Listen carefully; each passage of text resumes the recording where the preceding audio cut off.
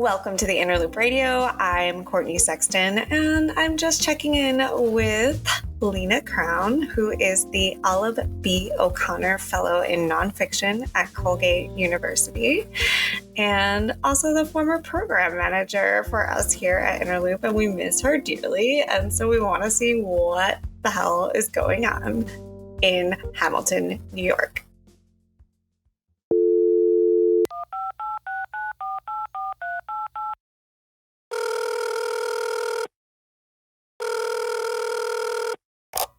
Hello?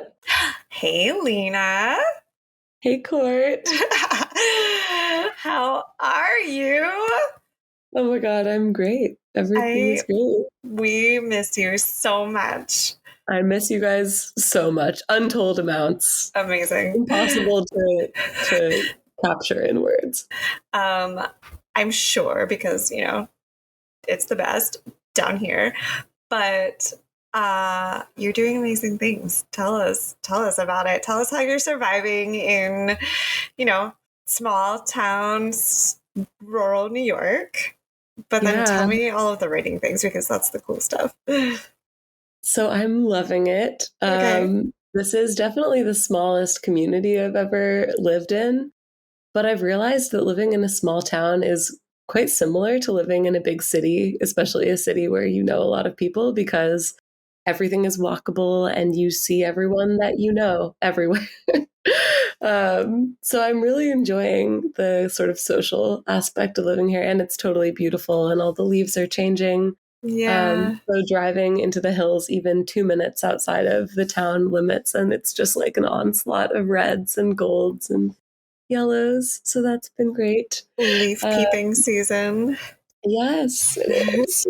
But yeah, I'm teaching one section of creative nonfiction as well as writing, revising, and everything is going great. I love teaching. I mean, I always love teaching. You knew that, yeah. Yeah, I knew that. But yeah, this student population is really special. They're so dedicated. They all do the reading. What? Small class, which is really nice. Yeah. So we all, at this point in the semester, we're about halfway through. We know each other, I think. Yeah. Everyone knows each other pretty well. People are starting to recognize each other's voices on the page, which is really exciting. Totally. So when you guys are like sharing work, is it anonymous or? No, it's not. Okay. Yeah, I have them do mini workshops where they turn in writing ahead of time, and then they read each other's and respond to it sort of in the moment. And then sometimes we do a lot of in-class writing, and then I'll just take volunteers who want to read aloud, and we kind of react to it off the cuff. But we're starting our longer, more official workshops in a week. So I'm excited for that. So intense stuff will start kicking up. Yes. Yeah. Yeah, exactly. How is your writing? Do you feel like you're being inspired by this? I feel like every time I've traveled and stayed somewhere extensively or for, an extended period of time, like my head just spins and like so much more gets written. And yes. How is that? And I mean, I imagine not just the, a change in geography for you, but your day to day and being inspired by students and all of that. Yeah, all of that. Like, I think, one of the, I guess, factors in that is that I wake up really early to teach. So my writing routine now, or just my daily routine, is totally different in that I'm done by 9:30 a.m. Oh my God. Okay. So you have like the 8 a.m. class? Yep. So by 10 a.m., I've like already had multiple cups of coffee at breakfast. I'm like completely free for the rest of the day. So that has kind of like opened up a lot of brain space that I kind of didn't have before, which has been really good. So has your writing routine completely shifted? Like, do you find it's more regimented, or? I wish I could say yes. I think it's just I'm doing more of it, I would say, than I was before, just like more hours. And then I think part of, I guess, my writing routine now that I integrated first when I went to residency is reading a lot of poetry and then taking a couple hours in the morning and having like the first thing I do before I turn back to nonfiction is reading poetry and writing, hopefully, even just a couple of lines. But yeah, I've been having a lot of conversations about poetry because the other fellow is in poetry and we have the same taste in poetry, which has been really wonderful. So we talk a lot about it and read each other's and that's awesome. I find that I find poetry and nonfiction to be much more kindred spirits than poetry and fiction. And that's always been my personal opinion. I feel the same way with nonfiction and fiction. I feel much closer to poetry than I do to fiction. Totally. But I feel like the fiction and poetry get lumped together a lot more, right? Or prose versus poetry, which is always interesting. And I mean, in class, we talk about that. Like this week, they're reading a fictional story in our nonfiction workshop, and we're going to talk about it kind of as if it's nonfiction. So those, I'm like, kind of like, oh, do I even believe that when I say that? But for me, like the impulse, the writing impulse, I think it's definitely like the Venn diagram is shared between poetry and nonfiction much more. Yeah. Well, so what are some of the collections you're reading, or what poets are you reading right now that you're loving? Oh man, so I just read or hating, whatever. I don't know. What are you reading? Well, I'm always rereading like the same 3 collections, which is Chessie Normiles. I'm not sure exactly how to pronounce her last name. Great Exodus, Great Wall, Great Party, which I love. Okay. I'm obsessed with Tainum Bambrick's Vantage, which has inspired a lot of poems for me / my entire project about St. Louis. And what did I just read? I just read I Do Everything I'm Told by Megan Fernandez, which was great. What were you had posted a couple, I think, I don't know, last week I saw, and I was like, oh my God, this slays. The Natalie Shapiro stuff. Okay, maybe. Yeah, probably. Yeah, I just read 2 collections by her too, Hard Child and No Object. Yeah. Yes. Yeah. And that's another thing is that I think I've had more space to write almost like critically a little bit. So I'm like working on a piece, maybe, I don't know, that sort of like puts all of those in conversation. So maybe I'll actually finish that. I don't know.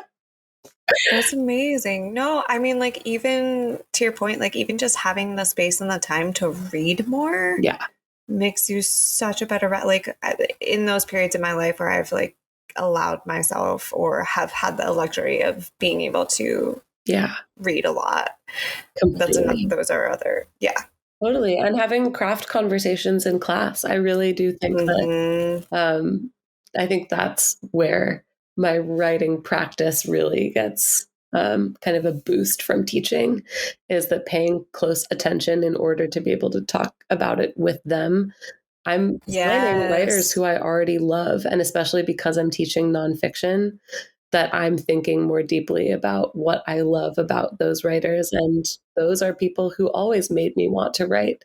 So now they're just kind of making me want to write all over again, which that's so beautiful. Yeah. I mean, especially because like I feel like when we get in the flow of our own stuff, we forget where we learned or how we know what we know. And we just kind of sometimes blindly do it or let it lead us. And that must be really fun to be going back and picking things apart. And another thing I would say about that too is that I think there's something, I don't want to say that it like keeps you young, but I think there is something to watching students, especially students who have never taken a nonfiction class before, experiment and just try and imitate and like get inspired by it. And then in their reflective writing, a lot of times they'll say, you know, oh, I wanted to try this thing. And then they just go for it and they don't overthink anything.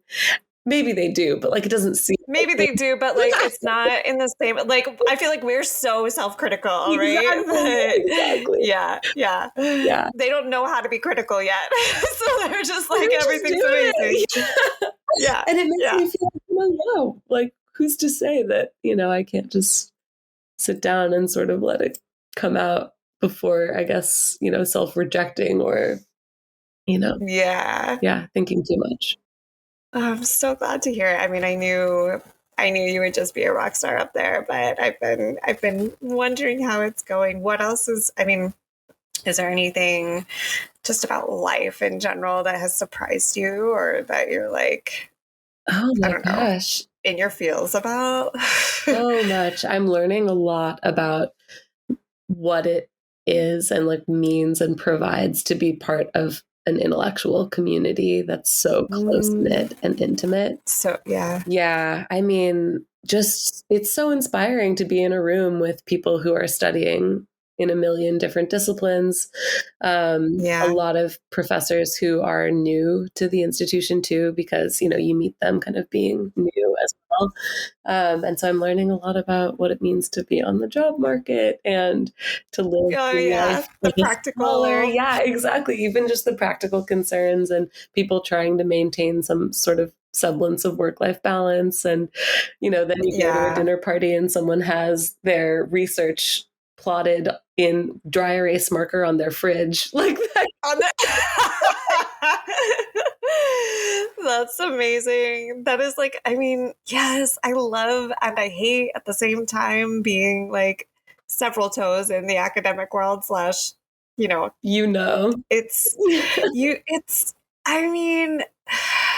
that it is such a high being surrounded by people who you can have these conversations with who are constantly inspiring you.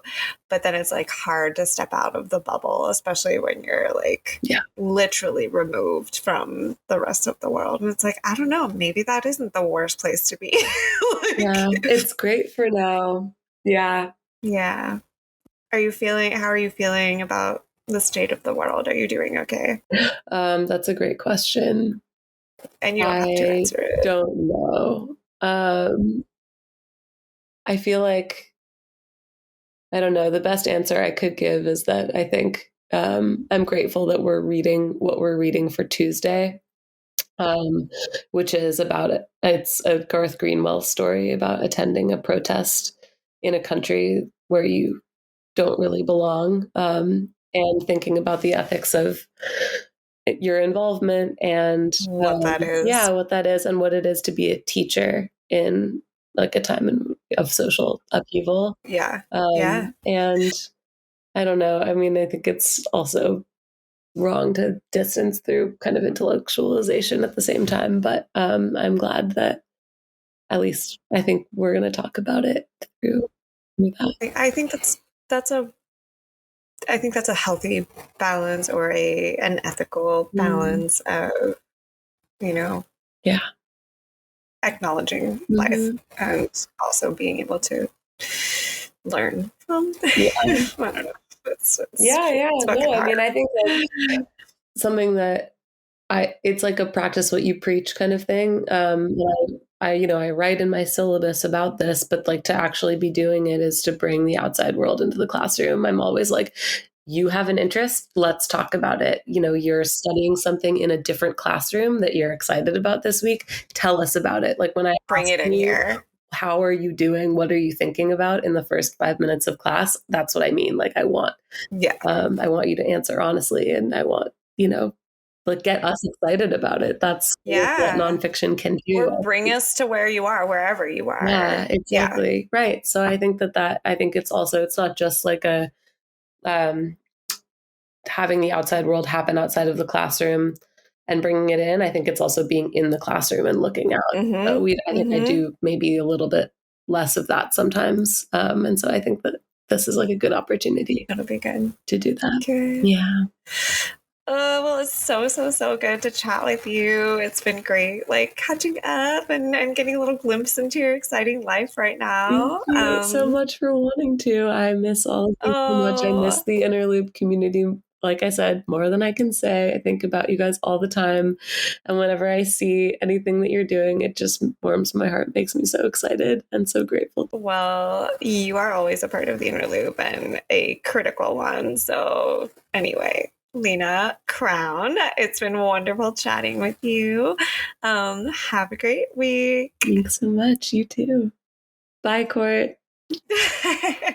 Bye. I'll talk to you soon. Thanks for tuning in. We'll be back next week with more literary fun. Remember to subscribe so you can get inspired, get focused, and get lit on the Inner Loop Radio.